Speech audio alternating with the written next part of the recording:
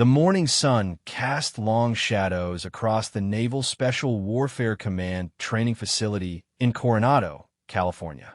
Master Chief Petty Officer Sarah Steele Martinez stood at attention in the briefing room, her weathered hands clasped behind her back as she studied the faces of the 24 candidates who would begin basic underwater demolition/SEAL training in exactly 48 hours. Among them sat one woman whose presence had already caused ripples throughout the tight-knit special operations community. Lieutenant Jessica Jess Chun had arrived at the facility 3 days earlier, carrying credentials that would make any warrior proud. MIT graduate with a degree in mechanical engineering, former Division I swimmer at the Naval Academy, where she graduated summa cum laude, and a Marine Corps officer who had served 2 tours in Afghanistan as an intelligence officer attached to force reconnaissance units. Her military record showed commendations for valor under fire and a Purple Heart earned when her convoy was hit by an improvised explosive device outside Kandahar. Yet despite these accomplishments, whispers followed her everywhere she went. The other candidates barely acknowledged her presence during the initial medical screenings and paperwork processing. They were a mix of Navy surface warfare officers, submarine specialists, Marine infantry veterans, and a few enlisted sailors who had earned their way into the selection process through exceptional performance in their respective fields. Most had heard about the female candidate weeks before her arrival, and opinions were already formed. "She won't make it past the first week," muttered Petty Officer First Class Mike Torres, a former Navy football player whose massive frame filled out his uniform like a walking recruitment poster. He sat with 3 other candidates who nodded in agreement, their voices low but carrying enough for others to hear. "Hell Week will break her in the first night," added Lieutenant Commander Brett Sullivan, a submarine officer whose pale complexion spoke to years spent beneath the ocean's surface. "This isn't about being politically correct anymore. Lives depend on team cohesion." Jess kept her eyes forward, pretending not to hear the conversations happening around her. She had expected this reception. During her time with the Marines, she had faced similar skepticism when she first joined force reconnaissance units. The difference was that in Afghanistan, she had opportunities to prove herself in combat situations where bullets and explosions made everyone forget about gender politics. Here at BUD/S, she would have to earn respect through a different kind of warfare, one measured in push-ups, ocean swims, and the ability to endure suffering that most people could never imagine. Master Chief Martinez called the room to attention, and 24 pairs of boots snapped together in unison. She was a legend in the SEAL community, one of the few women to serve in direct support roles with SEAL teams before the combat exclusion policies were lifted. Her reputation for turning promising candidates into elite warriors was matched only by her ability to identify those who would quit before they even knew it themselves. "Ladies and gentlemen, welcome to the beginning of the most challenging experience you will ever face," Martinez began, her voice carrying the authority of someone who had seen combat in 3 different conflicts. "Over the next 6 months, we will push your bodies, minds, and spirits beyond anything you thought possible. Most of you will not complete this training. Statistics tell us that roughly 75% of you will ring the bell and walk away before graduation." She paused to let that sink in, her eyes scanning each face in the room.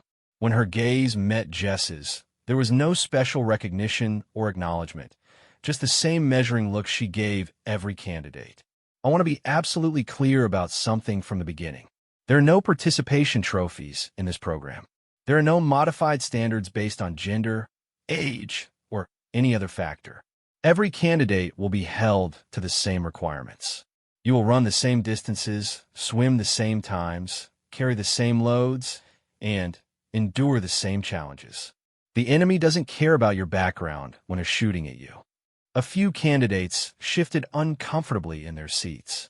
The political implications of having the first female SEAL candidate had generated significant media attention, and everyone in the room understood the scrutiny this class would face. Some of you may think you know what you're getting into because you've read books or watched movies about SEAL training, Martinez continued. I'm here to tell you that you have no idea. The physical challenges are just the beginning. We're going to test your ability to make decisions under extreme stress, to lead when you're exhausted beyond measure, and to never give up on your teammates even when giving up seems like the only rational choice. The Master Chief walked slowly around the room as she spoke, her presence commanding absolute attention. The men and women who graduate from this program will join the most elite fighting force in the world. They will be called upon to conduct missions behind enemy lines, to protect American interests in the most dangerous places on Earth, and to bring their teammates home alive no matter what obstacles they face. She stopped directly in front of Jess, who maintained perfect military bearing despite feeling like every eye in the room was focused on her. The question each of you must answer over the coming months is simple. Do you have what it takes to earn the Trident? Not just physically, but mentally and emotionally. Are you willing to sacrifice everything for the brother or sister fighting next to you? The briefing continued for another hour, covering administrative details, safety protocols, and the training schedule that would dominate their lives for the next 26 weeks. Phase 1 would focus on physical conditioning and water competency, culminating in Hell Week, 5.5 days of continuous training with a total of maybe 4 hours of sleep. Phase 2 would test their diving and underwater capabilities in increasingly challenging scenarios. Phase 3 would introduce land warfare tactics, weapons training, and small unit leadership exercises. After dismissal, the candidates began forming natural groups based on shared backgrounds and mutual interests. The former Marines gravitated toward each other, swapping stories about deployments and comparing notes on different units they had served with. The Navy officers clustered around discussions of ship operations and submarine warfare. Jess found herself largely excluded from these informal gatherings, so she focused on studying the training materials and maintaining her physical conditioning routine. That evening, she made her way to the base gym for her usual workout. The facility was nearly empty except for a few dedicated fitness enthusiasts who treated evening training sessions like religious ceremonies. Jess preferred working out alone anyway. It gave her time to think and mentally prepare for the challenges ahead. She was halfway through a set of pull-ups when Torres and Sullivan entered with 2 other candidates. They claimed the weight area nearby and began their own workout, their conversation loud enough to ensure she could hear every word. "I give her 3 days," Torres said as he loaded plates onto a barbell for bench press. "First time we hit the surf zone for conditioning, she'll realize this isn't some college swimming pool." "That's being generous," laughed Petty Officer Second Class Danny Rodriguez, a former Navy surface warfare specialist who had volunteered for SEAL training after completing 2 Western Pacific deployments. "She'll probably DOR during the first PT test when she realizes the instructors aren't going to go easy on her." DOR meant drop on request. The formal way candidates could voluntarily withdraw from training. It happened so frequently that instructors kept the paperwork readily available at all times. Sullivan nodded as he adjusted the weight for his squats. "My money's on the first ocean swim, when hypothermia starts setting in and she can't keep up with the pack. Reality will hit pretty fast." Jess continued her workout routine, using their conversation as motivation to push through an extra set of pull-ups and an additional 15 minutes of cardio. She had heard worse during her Marine Corps service, and she knew that actions would speak louder than any words she could offer in response. The next morning brought the official start of pre-BUD/S training, a 2-week conditioning program designed to prepare candidates for the physical and mental challenges ahead. The day began at 0430 hours with a formation run through the streets of Coronado, followed by calisthenics on the beach as the sun rose over the Pacific Ocean. Instructor Chief Petty Officer Mark Diesel Thompson led the physical training session with the enthusiasm of someone who genuinely enjoyed watching people suffer. He was a 3rd-generation SEAL whose father and grandfather had both served in underwater demolition teams during previous conflicts.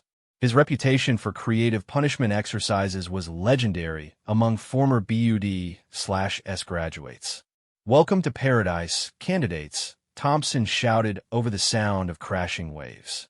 "This beautiful stretch of sand is going to be your home for the next 6 months. You're going to love it, hate it, and probably dream about it for the rest of your lives." The candidates stood in formation wearing matching gray t-shirts, black shorts, and combat boots.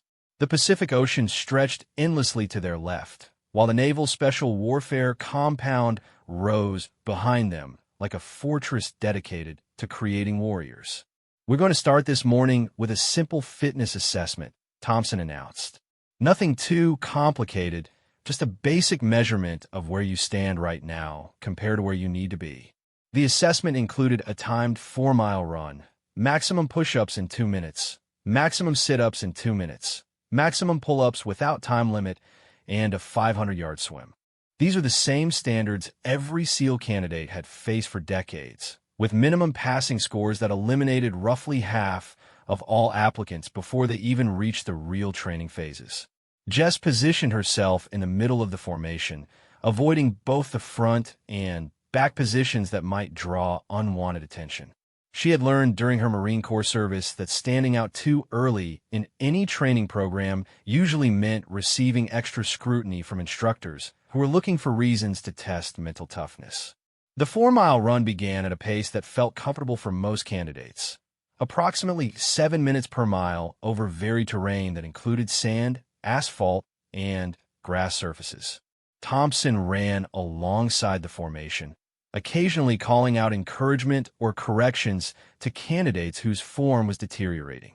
By the second mile, several candidates were already struggling to maintain pace. The combination of nervousness, inadequate preparation, and the reality of California's coastal climate was taking its toll.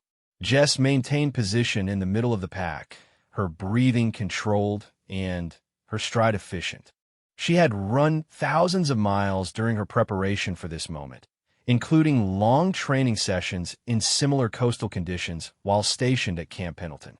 "Looking good, Chun," Thompson called out as they passed the 3-mile marker. "Keep that form smooth and controlled." Torres, running about 10 meters ahead, glanced back with surprise. He had expected the female candidate to be struggling by now, but she appeared to be handling the pace without significant difficulty. The formation finished the run in just under 28 minutes, well within the acceptable range for this stage of training. Several candidates were clearly winded, but no one had fallen out or requested medical attention. The push-up assessment followed immediately, with candidates pairing off to count repetitions for their partners. Thompson walked among them, watching for proper form and calling out time remaining. "Down, up, 1. Down, up, 2. Counted Rodriguez as Torres cranked out repetitions with mechanical precision. His football background showed in his upper body strength, and he completed 53 push-ups before time expired. Jess was paired with Petty Officer 3rd Class Alex Kim, a former Navy IT specialist who had volunteered for SEAL training after completing his initial enlistment contract. Kim was quiet and serious, treating every aspect of the assessment with professional focus. "Down, up, 1. Down, up, 2. Kim counted as Jess began her set. Her form was textbook perfect, back straight, body rigid from head to heels, full range of motion on each repetition. At the 1-minute mark, she had completed 32 push-ups, maintaining the same controlled pace and perfect form. Several nearby candidates were already showing signs of fatigue, their movements becoming sloppy as they struggled to reach minimum standards. "Down, up, 60. Down, up, 61. Kim continued, his voice showing genuine surprise at the numbers he was calling out. Jess's pace had remained virtually unchanged throughout the entire 2-minute period. When time expired, she had completed 74 push-ups, more than any other candidate in the assessment, including Torres with his impressive football physique. Thompson made notes on his clipboard without showing any reaction to the results. He had seen plenty of candidates who performed well on individual assessments, but crumbled under the sustained pressure of actual training. Still, the numbers were noteworthy. The sit-up assessment followed the same pattern, with Jess completing 86 repetitions to lead the class again. Her core strength was exceptional, developed through years of swimming at the competitive level and maintained through disciplined training during her Marine Corps service. Pull-ups were conducted on a set of bars overlooking the Pacific Ocean. Candidates performed the exercise one at a time, with the entire class watching and counting together. This added a psychological element to the physical challenge, as struggling candidates had to endure the attention of their peers. Torres went first, his massive frame approaching the bar with confidence. He knocked out 23 pull-ups with relative ease, setting a high standard for the rest of the class. Several candidates managed respectable numbers in the mid-teens, while a few struggled to reach the minimum requirement of 10 repetitions. When Jess's turn came, she approached the bar with the same calm demeanor she had maintained throughout the morning.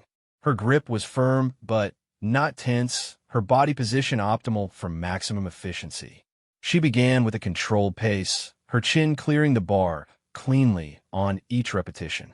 The counting started strong as the class called out numbers in unison. 10, 11, 12, 13. By the 15th repetition, several candidates were watching with increased interest. Her form remained perfect, and her pace had not slowed. 20, 21, 22, 23. She had matched Torres's total, but showed no signs of stopping. The counting continued with growing enthusiasm as candidates realized they were witnessing an exceptional performance. 30, 31, 32. Finally, at 35 repetitions, she dropped from a bar and returned to formation. The class was silent for a moment before breaking into spontaneous applause, the first time any of them had shown such appreciation for a peer's performance. Thompson made more notes on his clipboard, his expression unchanged, but his eyes showing a flicker of professional interest. The 500-yard swim was conducted in the Pacific Ocean just beyond the surf zone. Candidates entered the water in groups of 6, with safety personnel positioned on surfboards to monitor their progress. The ocean temperature was approximately 62 degrees Fahrenheit, cold enough to cause immediate discomfort, but not dangerous for well-conditioned swimmers. Jess entered the water in the third group, along with Torres and for other candidates. The shock of cold water was immediate and intense, but she had trained extensively in similar conditions. Her breathing remained controlled as she began the freestyle stroke that had carried her through 4 years of competitive swimming at the Naval Academy. The ocean was relatively calm, with swells of 2 to 3 feet providing a moderate challenge for navigation and breathing.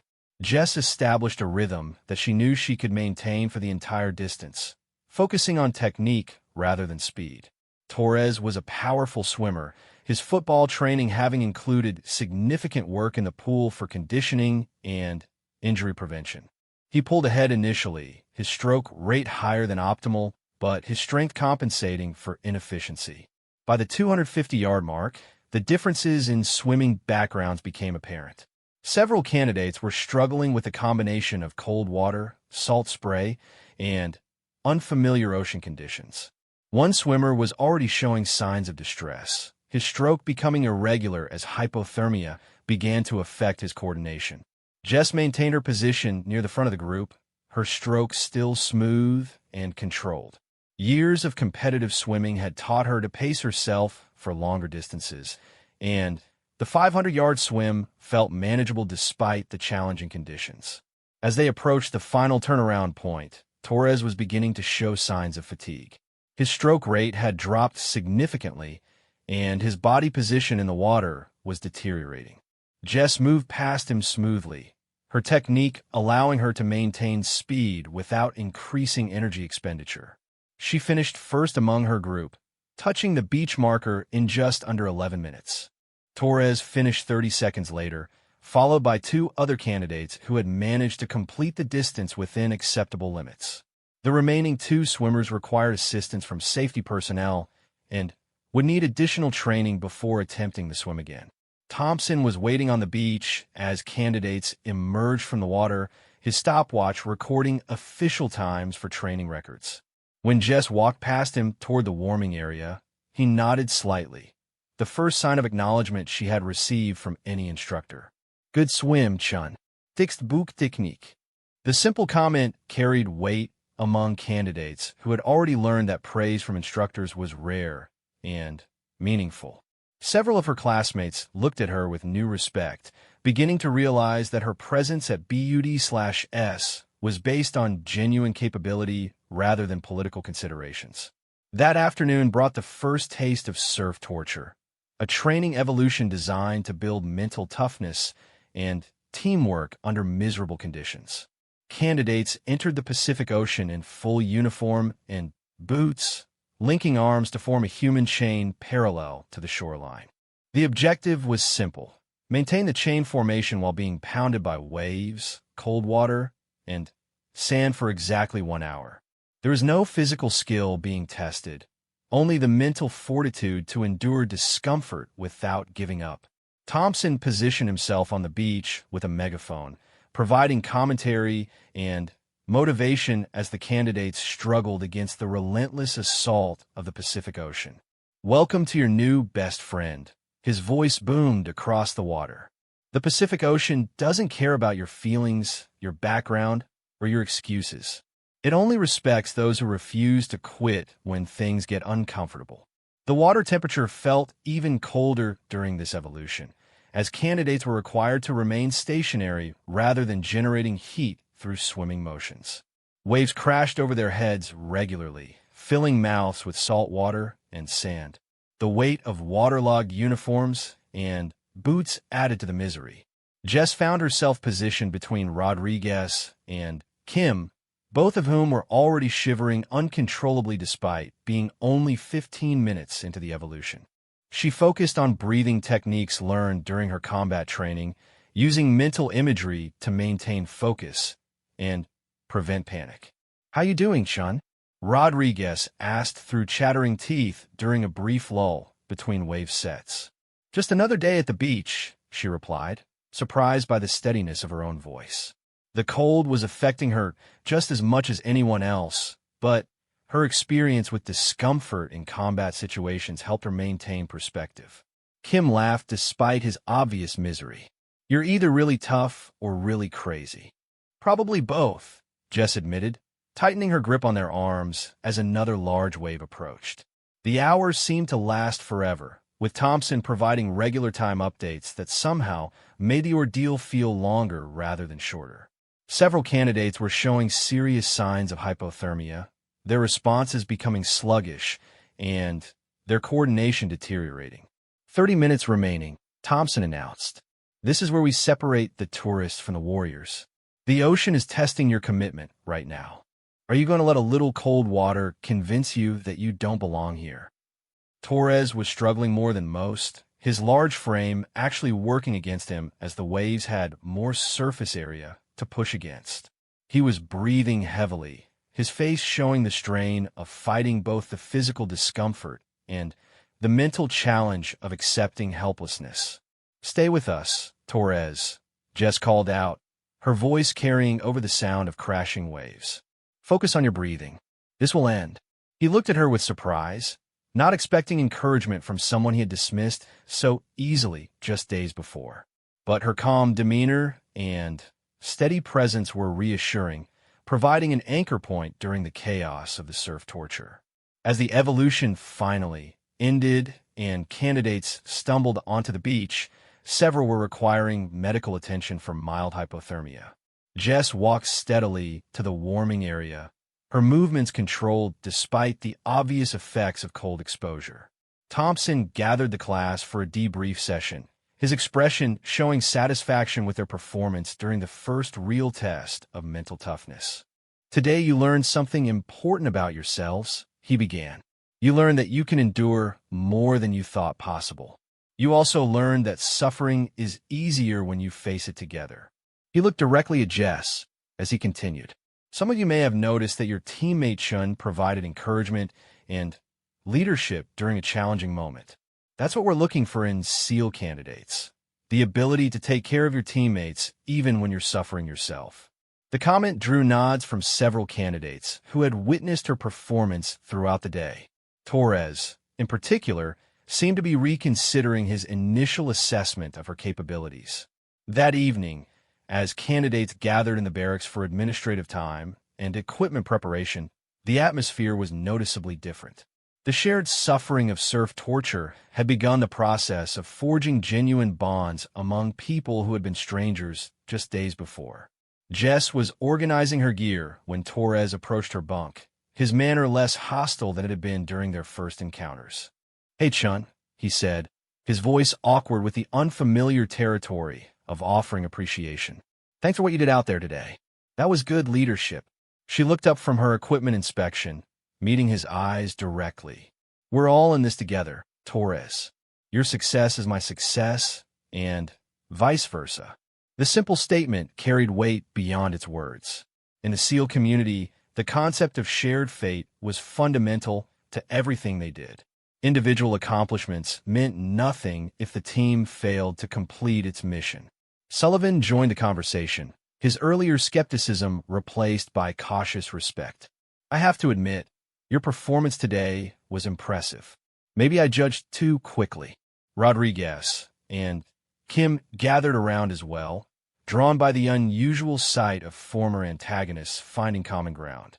The informal gathering represented the beginning of real team formation, the transformation from a collection of individuals into a cohesive unit. "Look," Jess said, setting down her equipment to give the conversation her full attention. "I know my being here creates complications. I know some people think this is about politics or social experiments. But I'm here for the same reason all of you are, to earn the trident and serve with the best warriors in the world." She stood up, her posture reflecting the confidence that had carried her through years of military service. "I can't control what other people think or say about this situation. All I can control is my performance and my commitment to the team. I promise you that I will never be the weak link that gets someone hurt or killed." Torres nodded slowly, his massive frame somehow looking less intimidating as he processed her words. "Fair enough. You definitely earned some respect today." The conversation continued for another hour, covering topics ranging from their various military backgrounds to their motivations for attempting SEAL training. For the first time since arriving at BUD/S, Jess felt like she was being evaluated as an individual rather than as a symbol of broader social changes. As lights out approached and candidates began preparing for sleep, the dynamic within the barracks had shifted significantly. The artificial divisions based on preconceptions and prejudices were giving way to relationships based on mutual respect and shared challenges. Thompson made his final rounds through the barracks, checking on candidates and ensuring compliance with evening protocols. When he reached Jess's area, he paused briefly to speak with her privately. "Chun, you handled yourself well today. The instructors were watching to see how you would respond to the first real test, and you exceeded expectations." She maintained proper military bearing while receiving the feedback. "Thank you, Chief. I'm prepared for whatever comes next." Thompson nodded approvingly. "Good, because tomorrow we start ocean conditioning in earnest, and today was just a warm-up. The real challenges are still ahead." As he moved on to complete his rounds, Jess reflected on the events of the day. She had survived the initial assessments and earned a measure of acceptance from her classmates. But she also understood that each day would bring new tests and that her performance would be scrutinized more closely than any other candidate. The whispers and doubts had not disappeared completely, but they had been replaced by something more valuable. The beginning of genuine respect from warriors who understood what it meant to push through barriers and exceed expectations. Outside the barracks windows, the Pacific Ocean continued its endless assault on the California coastline, preparing to test another generation of candidates who believe they had what it took to earn the most coveted insignia in military service. Tomorrow would bring new challenges, new opportunities to prove herself, and new chances to demonstrate that gender was irrelevant when it came to the warrior spirit that defined Navy SEALs. Jess closed her eyes and focused on the sound of waves crashing against the beach, using the rhythmic noise as a meditation technique to prepare her mind and body for the trials ahead. She had taken the first step on a journey that would either break her completely or transform her into one of the most elite warriors in the world. The choice between those outcomes would be determined not by the opinions of others, but by her own refusal to accept anything less than excellence in every challenge that lay ahead. 3 weeks into basic underwater demolition/SEAL training, the reality of what lay ahead had crystallized for every candidate who remained. 8 members of the original class had already rung the bell, unable to cope with the relentless physical and mental pressure that defined every moment of their existence at the Naval Special Warfare Compound. Lieutenant Jessica Chun stood in the pre-dawn darkness of the Coronado Beach, her body aching from the previous day's punishment, but her mind focused on the challenges that waited with the rising sun. Hell Week was still months away, but the daily grind of BUD/S was already separating those with genuine commitment from those who had underestimated the depth of sacrifice required. The morning began, as always, with a 4-mile conditioning run through the streets of Coronado, but today carried additional significance. Instructor Chief Petty Officer Thompson had announced that times would be recorded and posted publicly, creating the first official ranking of class performance. For Jess, this represented another opportunity to prove that her presence at BUD/S was based on capability rather than political considerations. She positioned herself near the middle of the formation as candidates assembled in the darkness, their breath visible in the cool morning air. The past 3 weeks had established informal hierarchies within the class, with natural leaders emerging based on performance and attitude rather than rank or background. Torres had become an unexpected ally, his initial skepticism replaced by genuine respect after witnessing her consistent performance under pressure. Sullivan remained somewhat distant, but no longer actively hostile, while Rodriguez and Kim had formed the core of a support network that helped all of them push through the most difficult training evolutions. "Listen up, candidates," Thompson's voice cut through the morning stillness like a blade. "Today's run is not just another training exercise. Your times will be posted for everyone to see, including the instructors who will determine whether you advance to the next phase of training." He paused to let the implications sink in, his eyes scanning the faces of candidates who were learning that every moment at BUD/S carried consequences beyond immediate discomfort. The standard time for completion is 28 minutes. That's not a goal. That's the absolute minimum acceptable performance. Anyone who cannot meet that standard will receive additional training until they can demonstrate the fitness level required of SEAL candidates.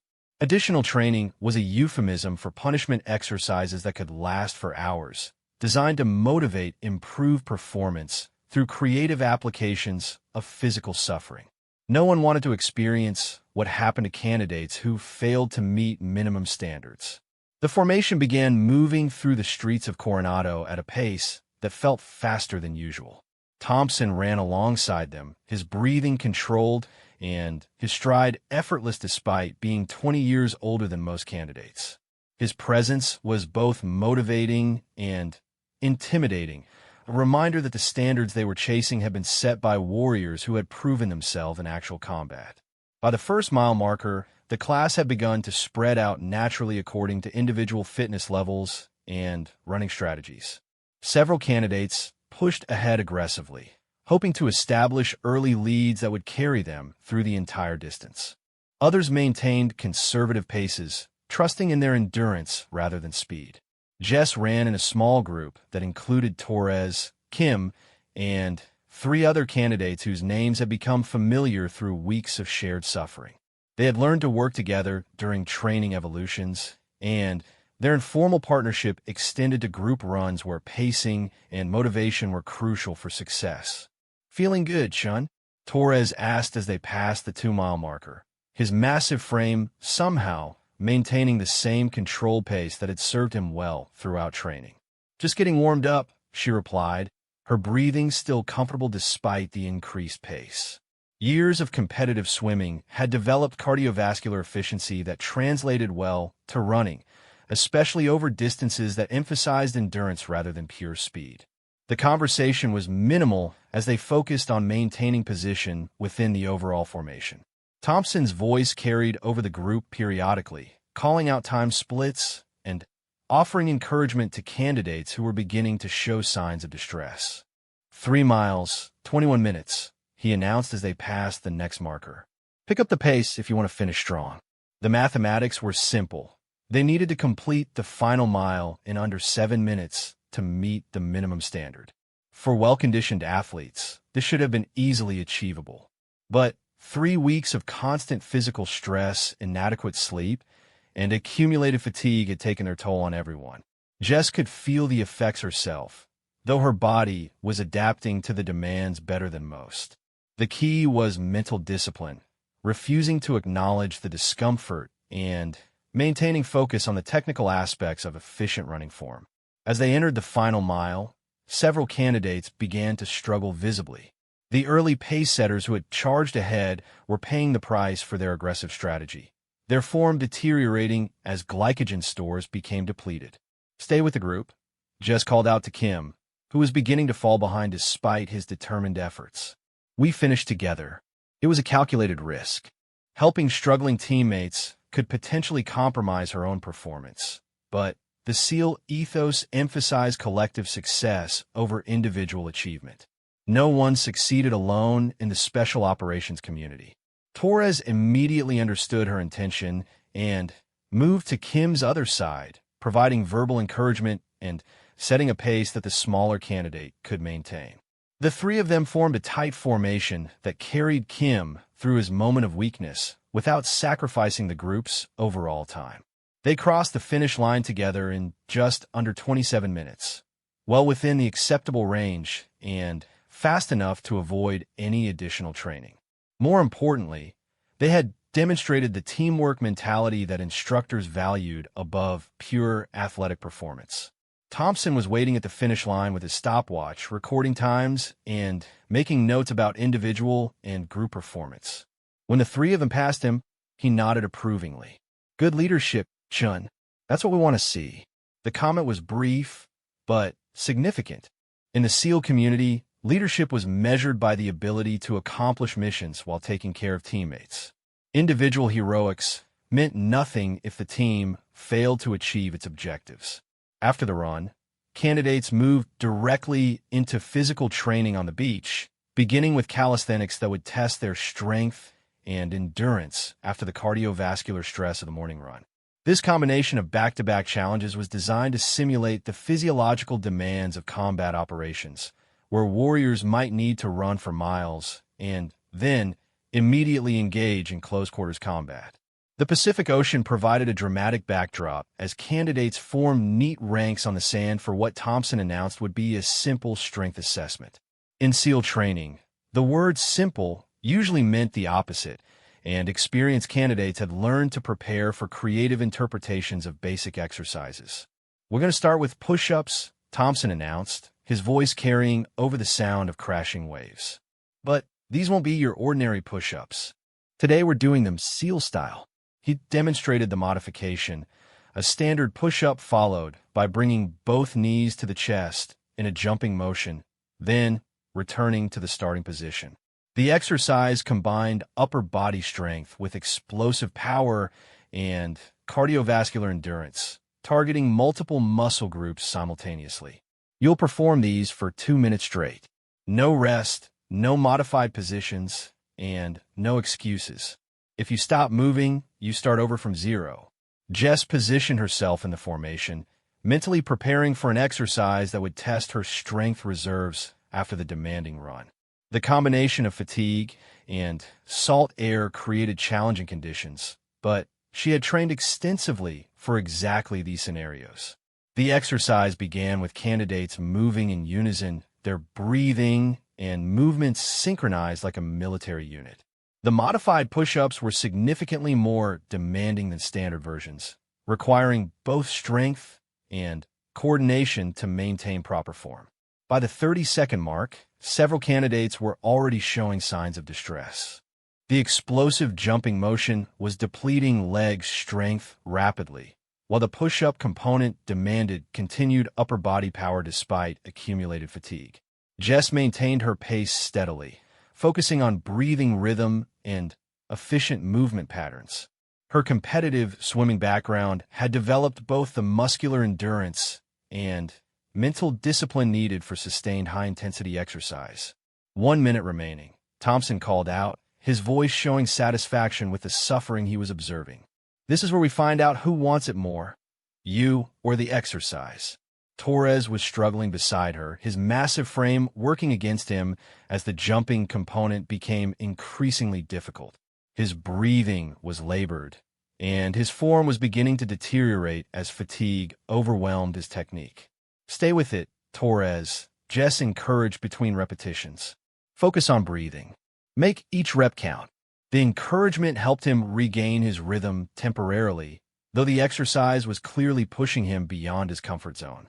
Around them, several candidates had already failed to maintain the required pace, and were starting over from zero, a psychological blow that often led to complete collapse.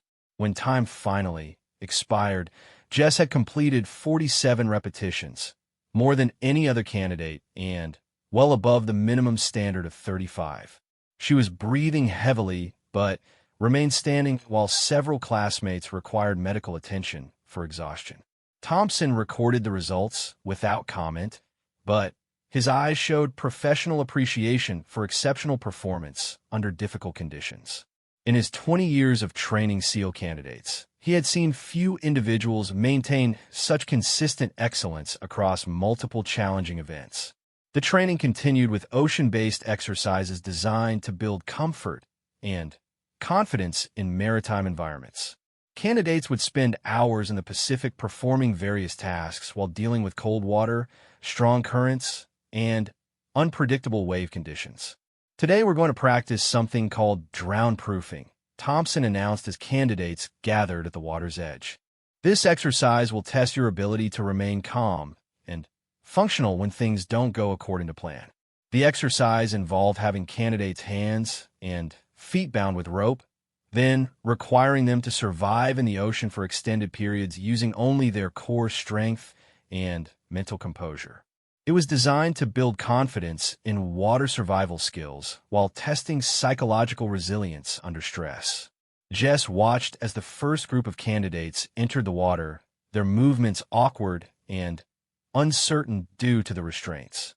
The exercise looked deceptively simple, but she understood that panic would be the primary enemy. Once fear took control, rational thought became impossible, and drowning became a real possibility. When her turn came, she entered the water calmly, focusing on breathing techniques and body positioning that would allow her to maintain buoyancy without excessive energy expenditure.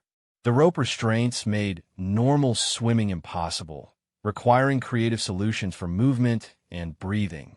The key was accepting helplessness while maintaining functionality, a mental skill that translated directly to combat situations where warriors might find themselves captured or injured but still needing to complete their missions.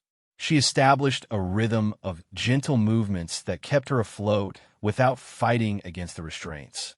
The ocean's natural buoyancy helped, but maintaining proper body position required constant micro-adjustments and absolute mental discipline. Looking good, one of the safety instructors called out from his position on a nearby surfboard. Stay relaxed and trust your training. Around her, other candidates were experiencing varying levels of success.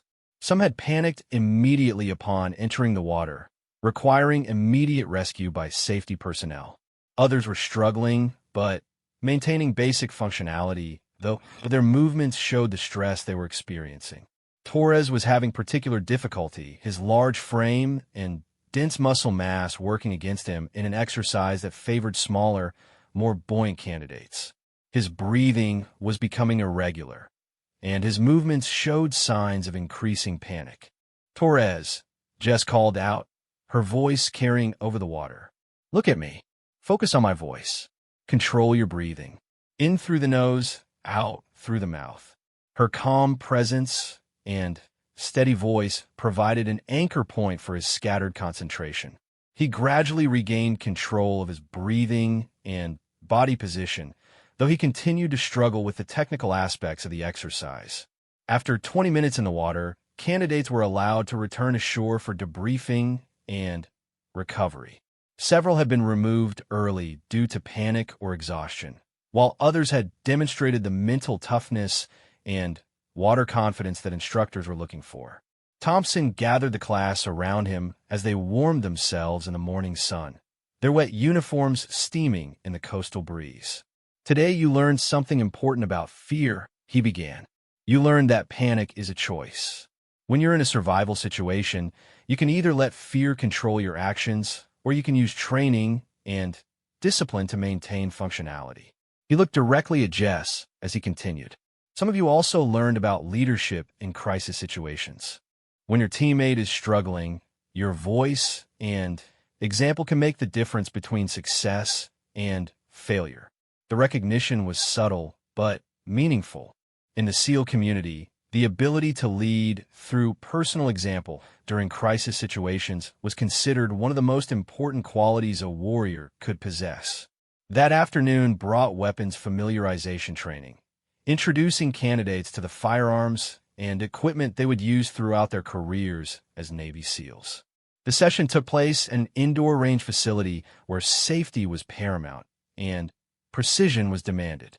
Jess had extensive experience with various weapons systems from her Marine Corps service, including combat deployments where accuracy under pressure could mean the difference between life and death. However, SEAL weapons training emphasized different techniques and equipment than what she had used with force reconnaissance units. The primary weapon was the 18 Malawian Quachas Mod 1 close quarters battle receiver, a shortened version of the M4 carbine optimized for operations in confined spaces. The weapon was designed for accuracy at moderate ranges while maintaining the reliability and versatility needed for special operations missions. "This weapon will become your best friend and most trusted partner," announced Gunner's Mate First Class Robert "Gunny" Harrison, the chief weapons instructor whose expertise was legendary throughout the special operations community.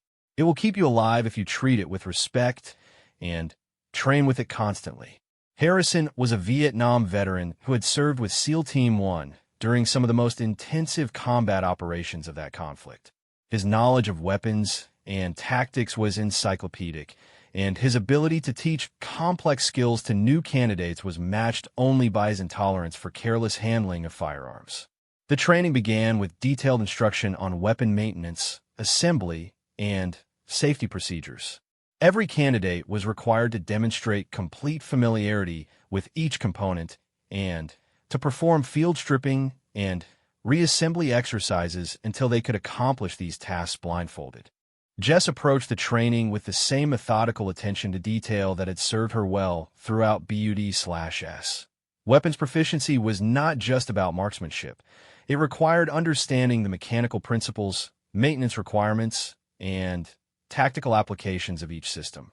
"Chun, step forward," Harrison called out after the initial instruction period. "Let's see what the Marine Corps taught you about shooting." She approached the firing line with confidence, understanding that this was another test of her capabilities under scrutiny. Her Marine Corps marksmanship training had been extensive, including qualification with multiple weapon systems and advanced courses in precision shooting. The target was positioned at 50 meters, requiring accuracy that would be challenging even under ideal conditions. With multiple observers watching her performance, the psychological pressure added another layer of difficulty to an already demanding task. She assumed a stable shooting position, checked her sight alignment, and controlled her breathing as she prepared to fire. The weapon felt familiar in her hands despite being a different model than what she had used previously. Good shooting fundamentals transferred across different platforms. Her first shot struck the target's center ring, followed by 9 more rounds that created a tight grouping well within expert marksman standards. The accuracy was impressive under any circumstances, but particularly noteworthy given the unfamiliar weapon and observation pressure. "Outstanding shooting, Chun," Harrison announced, his voice showing genuine approval. "That's the kind of precision we expect from SEAL operators." The compliment carried significant weight coming from someone with Harrison's reputation and experience. Several candidates who had been watching looked at her with new respect, recognizing that her military background had provided skills that directly translated to SEAL requirements.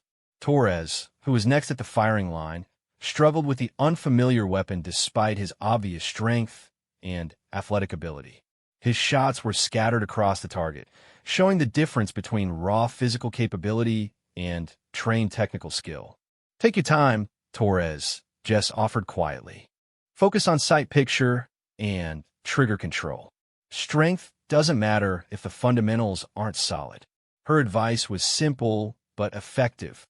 Torres's next group of shots showed immediate improvement, though he still had significant work to do to reach acceptable standards. Harrison nodded approvingly as he observed the interaction. "Good coaching, Chun. In the teams, everyone teaches everyone. Knowledge sharing is how we maintain our edge." The afternoon continued with instruction on various other weapons systems, including pistols, machine guns, and specialized equipment used for maritime operations. Each weapon required different techniques and applications, testing candidates' ability to rapidly absorb and apply complex technical information. By evening, the candidates were exhausted from another day of physical and mental challenges. The combination of running, strength training, water survival, and weapons instruction had pushed everyone to their limits while testing multiple skill sets simultaneously. As they gathered in the barracks for evening administrative time, the atmosphere was different than it had been during the first week of training. The artificial barriers and preconceptions were continuing to break down, replaced by relationships based on mutual respect and shared challenges. "Chun," Sullivan approached her bunk area with an expression that showed internal conflict. "I owe you an apology. I made judgments about your being here that weren't fair or accurate." She looked up from cleaning her weapons, meeting his eyes directly. "No apology needed, Sullivan. We all bring our own experiences and perspectives. What matters is how we perform as a team." Rodriguez joined the conversation, along with Kim and several other candidates who had witnessed the day's events. The informal gathering represented the continuing evolution of class dynamics as individuals began to appreciate each other's strengths and contributions. "Your shooting today was incredible," Rodriguez admitted. "I had no idea you had that level of training." "Everyone brings different skills to the table," Jess replied. "Your submarine experience gives you knowledge about underwater operations that most of us lack. Kim's technical background helps us understand equipment better. Torres's leadership experience shows us how to motivate people under pressure." The comment reflected a fundamental understanding of team dynamics that impressed candidates who were still thinking primarily in terms of individual achievement. In the SEAL community, successful operations depended on leveraging everyone's strengths while compensating for individual weaknesses. "You know what I noticed today?" Torres added, his voice thoughtful. "Every time someone was struggling, you were right there offering help or encouragement. That's not something you can teach. Either you care about your teammates or you don't." The observations sparked a broader discussion about leadership, teamwork, and the qualities that made some individuals natural choices for special operations assignments. As the conversation continued, it became clear that Jess had earned something more valuable than acceptance. She had gained the trust and respect of warriors who understood what it meant to depend on each other in life-or-death situations. Later that evening, as candidates prepared for sleep, Thompson made his rounds through the barracks. His conversations with individual candidates were brief, but significant, providing feedback and guidance that could influence their future performance. When he reached Jess's area, he paused for a longer discussion than usual. "Chin, I want to talk with you about something important. Your performance has been exceptional, but I need to make sure you understand what that means." She maintained proper military bearing while listening to feedback from someone whose opinion carried enormous weight within the special operations community. "Being the first woman to go through this training creates pressures that other candidates don't face," Thompson continued. "Some people want you to fail because they think it proves their point about women in combat. Others want you to succeed for political reasons that have nothing to do with your actual capabilities. He leaned against the nearby wall, his posture becoming slightly less formal as he shared insights gained from decades of military service. What I'm seeing from you is something different. You're not trying to prove anything to anyone except yourself and your teammates. That's the right mindset for a warrior. The comment reflected a deep understanding of the psychological challenges she faced beyond the normal stresses of SEAL training. Thompson had observed many candidates over the years, and he could recognize those with the mental toughness needed for long-term success in special operations. My advice is to stay focused on what you can control, he continued. Train hard, take care of your teammates, and let your performance speak for itself. The politics and opinions will sort themselves out over time. As he prepared to move on to the next candidate, Thompson offered one final observation. What you're doing here matters beyond just your own career. Future generations of women will have opportunities because of the standards you're setting now. Don't let that pressure become a burden, but don't forget the responsibility either. The conversation left Jess with much to consider as she prepared for sleep. She had known intellectually that her presence at BUD/S carried broader implications, but hearing it acknowledged by someone of Thompson's stature made the reality more tangible. Outside the barracks, the Pacific Ocean continued its eternal rhythm against the Coronado shoreline, indifferent to the human dramas playing out within the Naval Special Warfare Compound. Tomorrow would bring new challenges, new opportunities to prove herself, and new tests of the growing bonds between teammates who were learning to trust each other with their lives. The transformation from individual candidates to a cohesive unit was progressing steadily, with Jess playing an increasingly important role in that evolution. Her combination of physical capability, technical skill, and genuine concern for teammate welfare was establishing her as a natural leader within the group. But the most difficult challenges still lay ahead. Hell Week was approaching, along with the underwater phases that would test every candidate's ability to function in the maritime environment that defined SEAL operations. The foundation being built during these early weeks would determine whether the bonds between teammates were strong enough to carry them through the ordeals that awaited. As sleep finally came to the exhausted candidates, their dreams were filled with ocean waves, weapon systems, and the faces of teammates who had become brothers and sisters in the crucible of SEAL training. Tomorrow would test them again, but tonight they rested with the confidence that they belonged exactly where they were. Hell Week had arrived like a storm that everyone could see approaching, but no one could truly prepare for.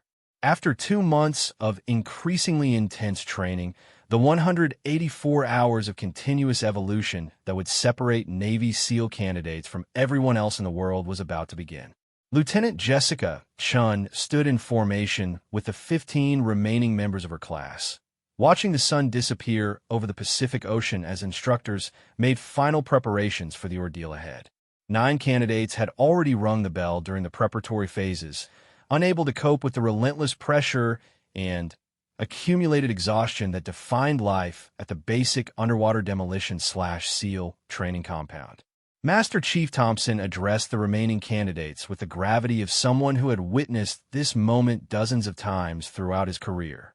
His voice carried across the beach like a funeral dirge, marking the end of normal human existence for the next week. Gentlemen and lady, he began, his eyes scanning faces that showed determination mixed with barely controlled anxiety. In approximately 60 seconds, Hell Week will commence. For the next 5.5 days, you will exist in a state that most people cannot imagine and will never experience. The ocean breeze carried the salt smell that had become permanently associated with suffering and growth in the minds of every candidate present. Jess breathed deeply, using meditation techniques learned during combat deployments to center her mind and prepare for what everyone acknowledged was the ultimate test of human endurance. You will not sleep. You will not rest. You will not have a moment to feel sorry for yourselves or question why you are here. Thompson continued. You will run hundreds of miles, swim in ocean conditions that would terrify experienced sailors, and carry boats over distances that will destroy your bodies and test your spirits beyond anything you thought possible. Torres stood next to her in formation, his massive frame somehow looking smaller than usual as the reality of the coming ordeal settled into his consciousness. Over the past weeks, he had become one of her closest allies. Their initial antagonism transformed into mutual respect through shared suffering and recognition of each other's strengths. Most importantly, Thompson's voice rose above the sound of crashing waves. You will discover whether you possess the one quality that separates Navy SEALs from every other human being on Earth: the absolute refusal to quit no matter how much pain you endure or how hopeless your situation appears. The psychological preparation had been ongoing for months, but nothing could truly ready someone for the systematic destruction of comfort, sleep, and normal human limitations that defined Hell Week. It was designed not just to test physical capabilities, but to break down mental barriers that prevented ordinary people from accessing extraordinary reserves of determination. As darkness fell completely over Coronado Beach, the sound of sirens began wailing from speakers positioned around the training compound. The noise was disorienting and intentionally stress-inducing, designed to create immediate psychological pressure from the first moment of the evolution. Hell Week has commenced, Thompson announced over the chaos. Your first evolution is a 14-mile run through downtown San Diego. You have 2 hours to complete this distance while carrying full equipment loads. Anyone who falls out or fails to maintain pace will be dropped from training immediately. The candidates moved quickly to collect their gear, heavy packs, weapons, and additional equipment that would add approximately 50 pounds to their body weight during the run. The load was deliberately excessive, designed to test their ability to function under physical stress that far exceeded normal combat requirements. Jess shouldered her pack and checked her equipment one final time, her movements automatic and efficient despite the chaotic environment created by sirens, shouting instructors, and the frantic activity of candidates preparing for their first real test of the week.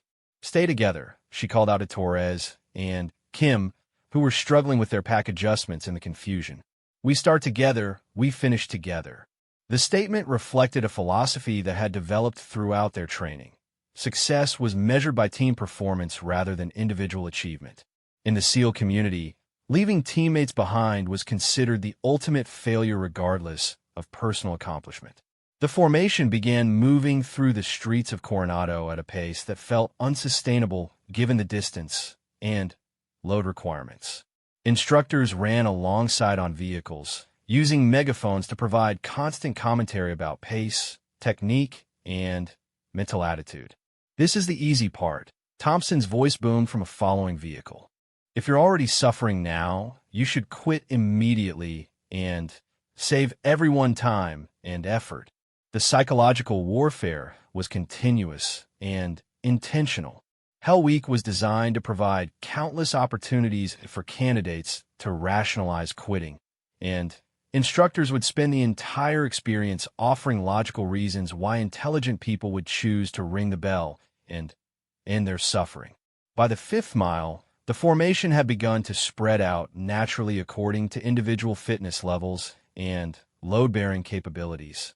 Several candidates were already showing signs of distress, their movements becoming increasingly labored as the combination of weight, pace, and psychological pressure took its toll. Jess maintained position in the middle of the pack, her breathing controlled despite the demanding pace. Years of preparation had included extensive training with heavy loads over long distances, and her competitive swimming background provided cardiovascular efficiency that translated well to extended endurance challenges. "How you holding up?" Torres asked as they passed the 8-mile marker, his voice showing strain despite his obvious determination to continue. "Just getting warmed up," she replied, though she could feel the effects of the load and pace in her legs and lower back. The key was maintaining mental focus on technique rather than acknowledging discomfort that would only grow worse over the coming days. Kim was struggling more visibly, his smaller frame working against him when it came to carrying heavy equipment over long distances. His pack appeared to be shifting uncomfortably, and his stride was becoming increasingly irregular as fatigue accumulated. "Kim, adjust your pack straps," Jess called out. "Tighten the waist belt and loosen the shoulders.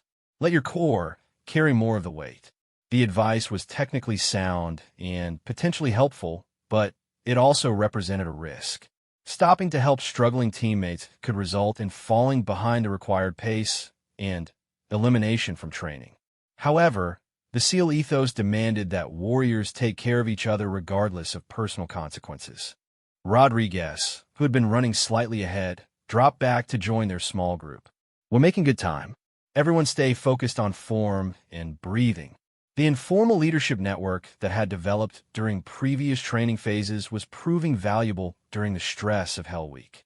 Candidates who had learned to trust each other were able to provide mutual support and encouragement when individual motivation began to falter.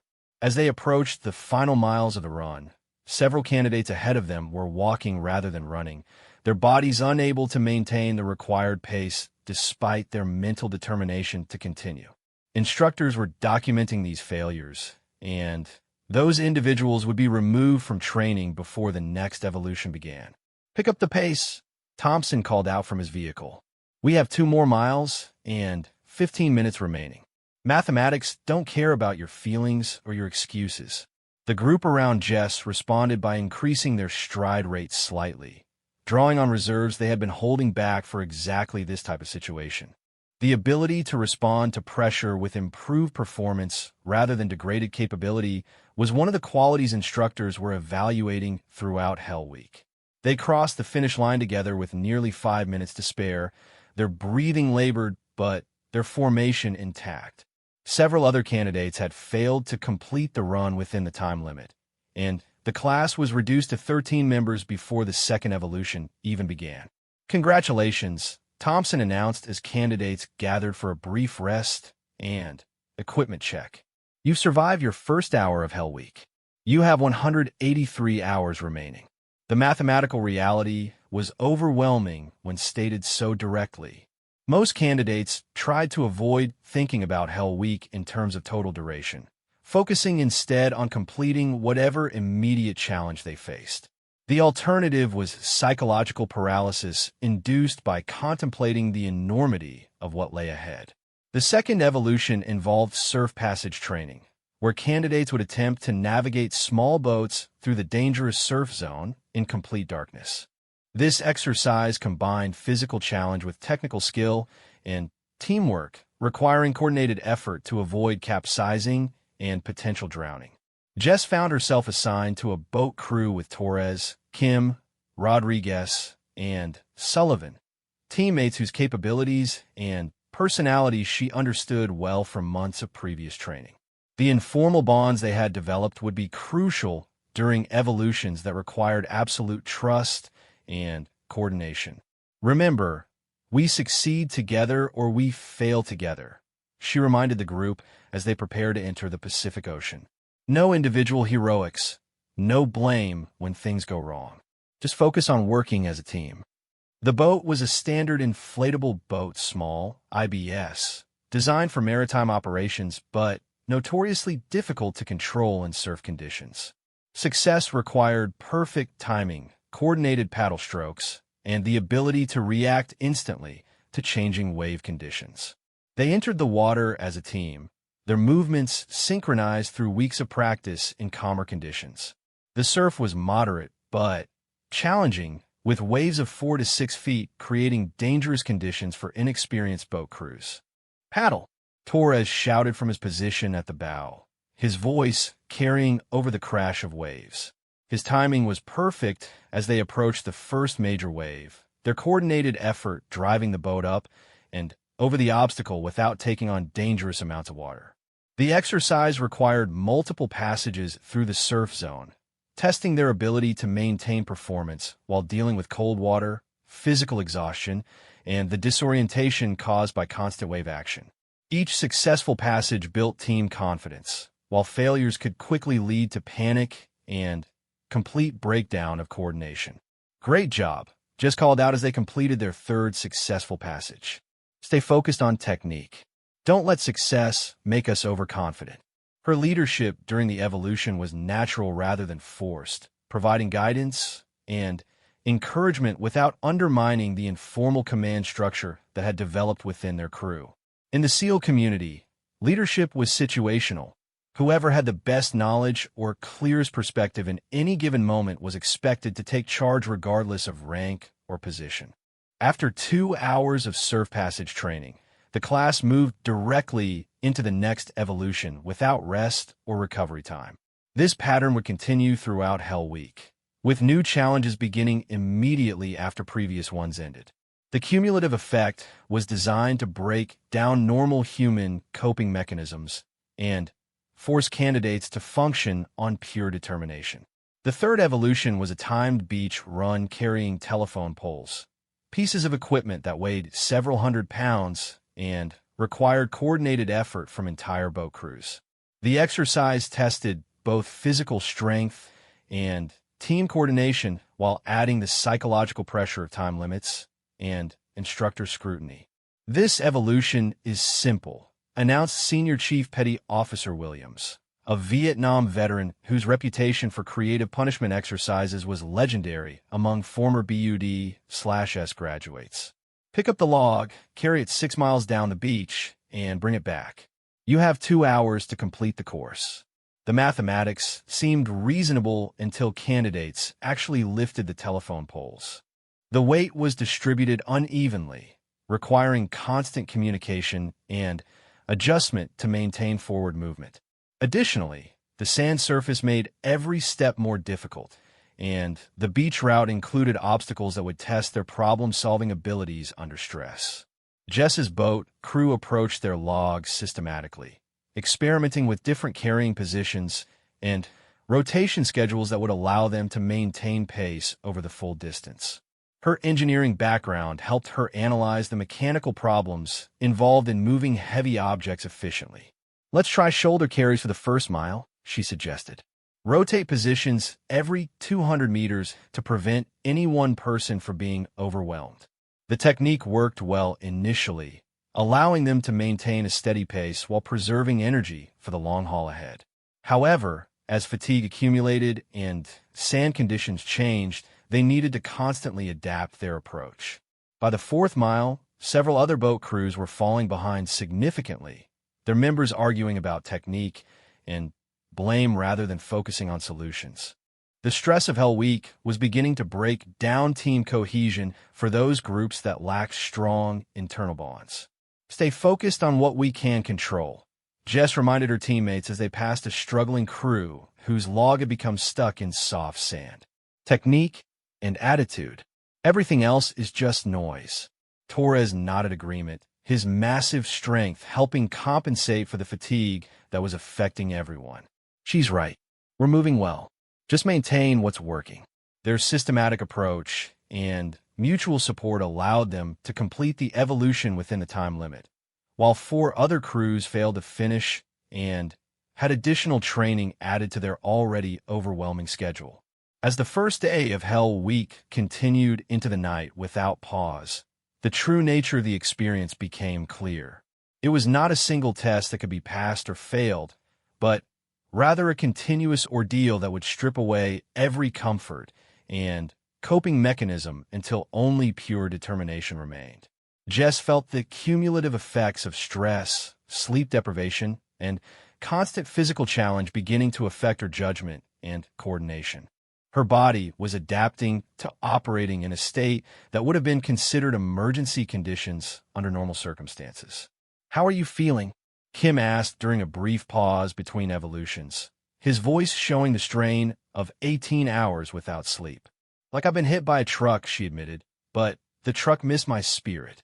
The comment drew tired laughter from nearby candidates who were experiencing similar combinations of physical breakdown and mental resilience. Humor became an important tool for maintaining morale during the darkest moments of Hell Week. By the second day, hallucinations began affecting several candidates as sleep deprivation reached critical levels. The combination of extreme fatigue, stress, and sensory overload created altered states of consciousness that tested the boundary between determination and dangerous delusion. During a night navigation exercise, Sullivan began talking to people who weren't present, his exhausted mind creating phantom conversations with family members and friends. The condition was common during Hell Week, but potentially dangerous if candidates lost awareness of their actual surroundings. Sullivan, stay with us, Jess called out, grabbing his arm gently to maintain physical contact. Focus on my voice. You're here with your boat crew. We're navigating through the training area. Her calm presence and steady voice helped anchor him to reality, providing the external reference point he needed to regain awareness of his actual situation. The incident demonstrated the importance of teammates watching out for each other when individual judgment became compromised. The third day brought hypothermia challenges as candidates spent hours in the Pacific Ocean during storm conditions. Wave heights exceeded 8 feet, and water temperature dropped to dangerous levels that could incapacitate even experienced swimmers within minutes. Jess found herself struggling with coordination and decision-making as her core body temperature dropped below normal ranges.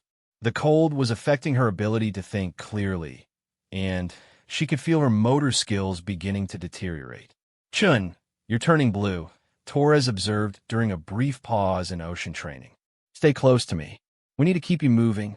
His concern was genuine and potentially life-saving. Hypothermia could progress quickly from mild impairment to complete incapacitation, and candidates who lost the ability to generate heat through movement were in serious danger. "Thanks," she managed through chattering teeth. "Just need to keep moving. The cold is temporary." Her mental discipline remained strong despite the physical effects of hypothermia. The ability to maintain rational thought processes under extreme stress was one of the most important qualities instructors were evaluating during Hell Week. By the fourth day, the class had been reduced to 9 candidates. 4 individuals had rung the bell voluntarily, unable to cope with the accumulating stress and exhaustion. The remaining members had formed unbreakable bonds forged through shared suffering and mutual dependence. The evolution that day was a 20-mile ocean swim in challenging conditions, requiring each candidate to demonstrate advanced water survival skills while dealing with severe fatigue and hypothermia. It was widely considered the most dangerous single event of Hell Week, with safety personnel positioned throughout the course to respond to emergencies. Jess entered the water with confidence despite her exhaustion, drawing on years of competitive swimming experience that had prepared her specifically for this type of challenge.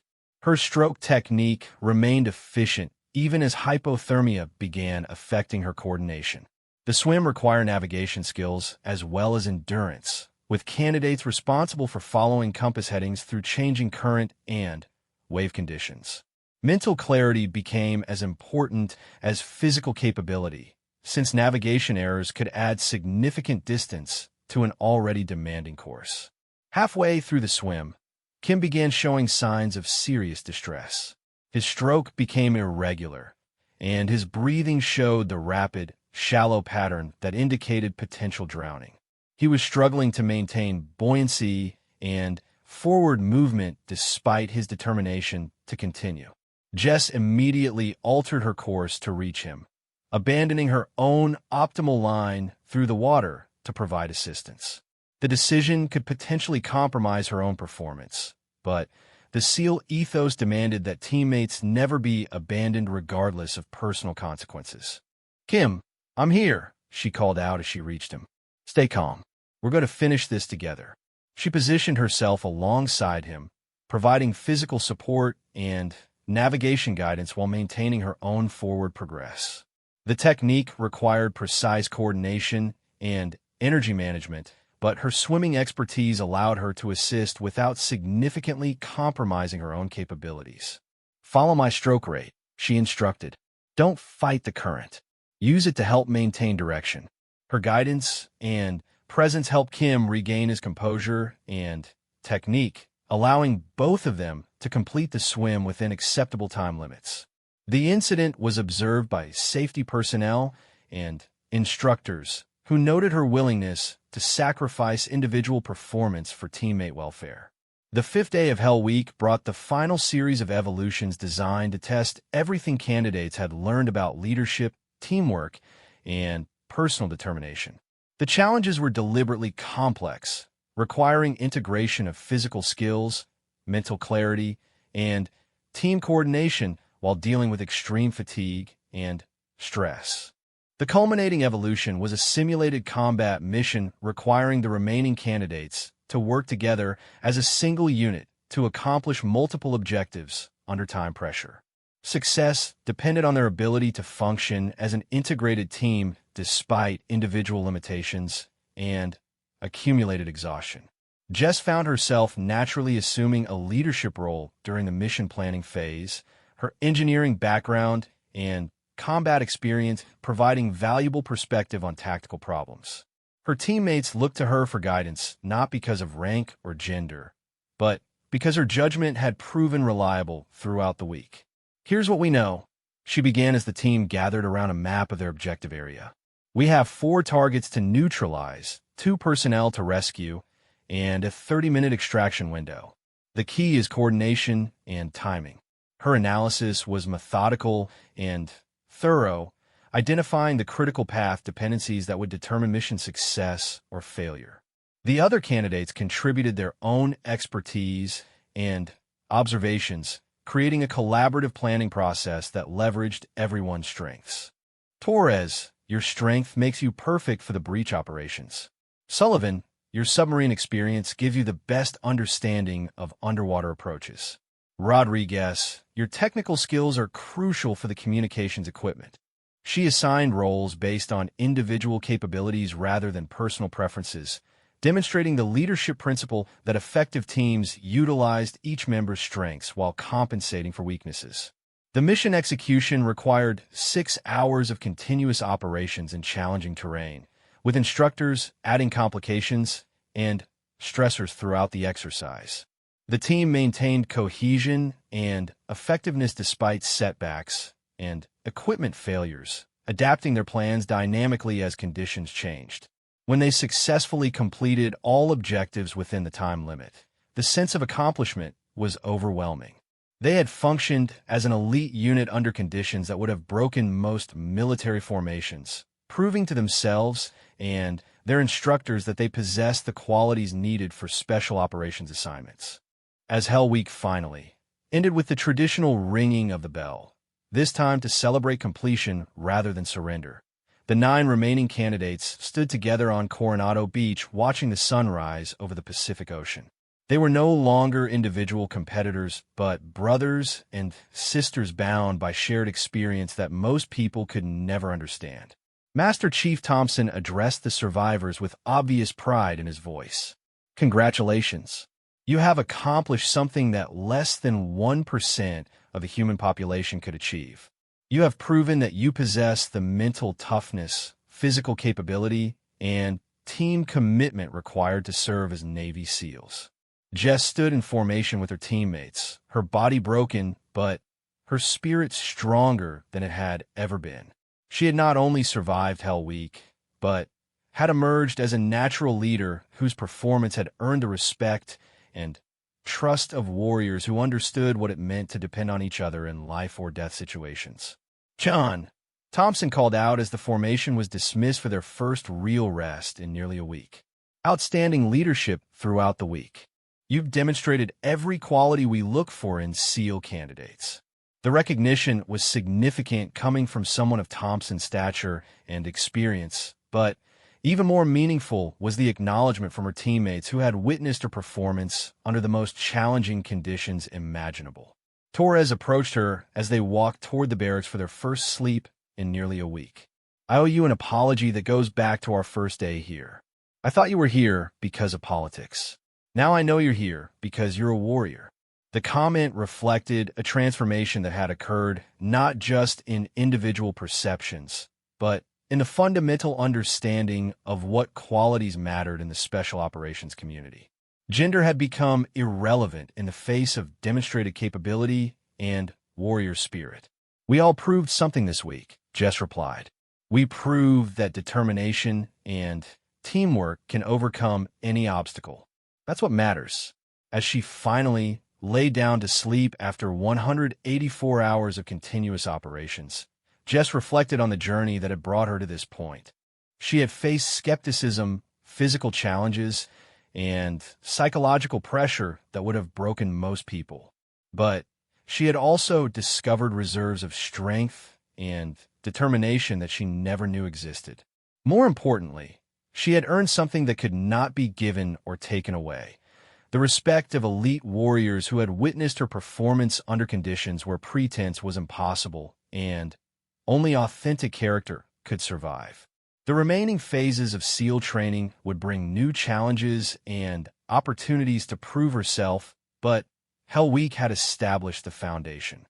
She was no longer an outsider trying to gain acceptance, but a proven member of an elite community whose standards were based on performance rather than prejudice. Outside the barracks windows, the Pacific Ocean continued its eternal rhythm, indifferent to human struggles, but forever linked to the warriors who had proven themselves worthy of wearing the trident. Tomorrow would bring new training, new challenges, and new opportunities to grow stronger. But tonight, Lieutenant Jessica Chun slept with the knowledge that she had earned her place among the most elite fighters in the world. The whispers and doubts that had followed her to BUD/S had been replaced by something far more valuable: the unshakable bonds of trust and respect that connected warriors who had faced the ultimate test together and refused to quit. In the end, that was all that mattered. Everything else was just noise.